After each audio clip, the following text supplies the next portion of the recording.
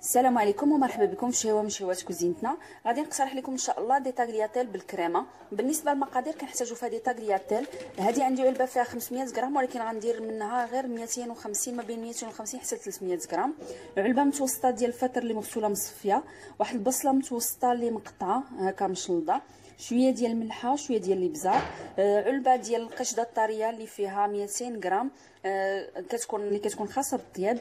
عندي هنايا الحليب. بالنسبه للحليب غادي نعبروه بالعلبه ديال القشده، كناخذوا نص علبه كتكون حليب. وعندنا هنايا دي فروماج هنايا مشكلين، انا دايره 4 الانواع. عندي فيها الموتزاريلا، فيها لي دام، وفيها الغرويير، واحد طريف صغيور ديال روكفور. بالنسبه لي فروماج ممكن ديروا الانواع اللي كتفضلوا اللي موجودين عندكم. وعندي هنايا واحد شويه ديال الزبده وشويه ديال الزيت باش غنشحروا هاد المقادير. اول حاجه غادي غنديروا هاد لي طاغلياتيل اللي طيبوا في الماء اللي كيكون مغلي ودايرين فيه الملحه. لي بات درتهم كيطيبوا. غادي نشد هاد البسمه نديرها هي الاولى تشحر في هاد الزبده والزيت حتى تشحر وتهبط واحد شويه، عاد غادي نضيف عليها الشامبينيون.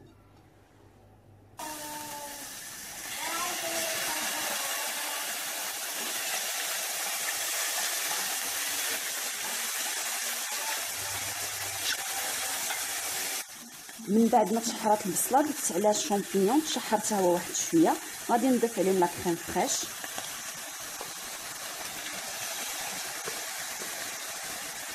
وغادي نضيف نص العلبه ديال القشده حليب بحال هكا.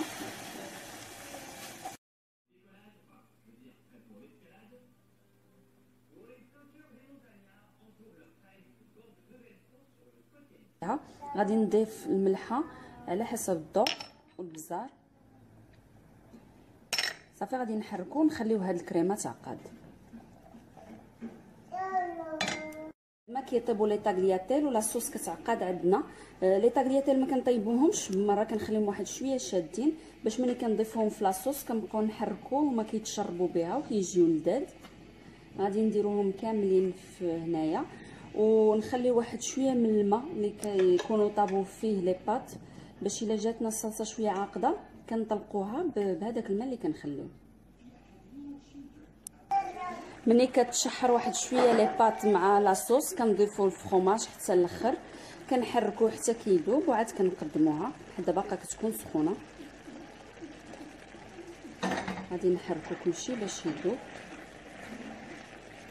بعد ما ضفت عليهم الفرomاج طفيت عليهم البوطه وحركتهم، هذاك كيذوب الفرomاج غير مع الحراره.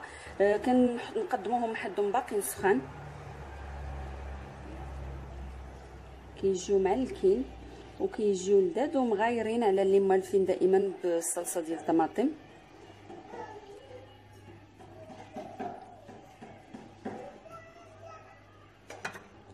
كنقدموهم مع شويه ديال الجبن البارميزون. انا عندي هنا شويه محكوك غليظ، الا كان رق من هكا من الاحسن، الا ما كانش ماشي ضروري. نتمنى ان هذه الوصفه تكون نالت اعجابكم. ما تنساوش انكم تشاركوا في القناه باش يوصلكم دائما الجديد، وبصحه وراحه.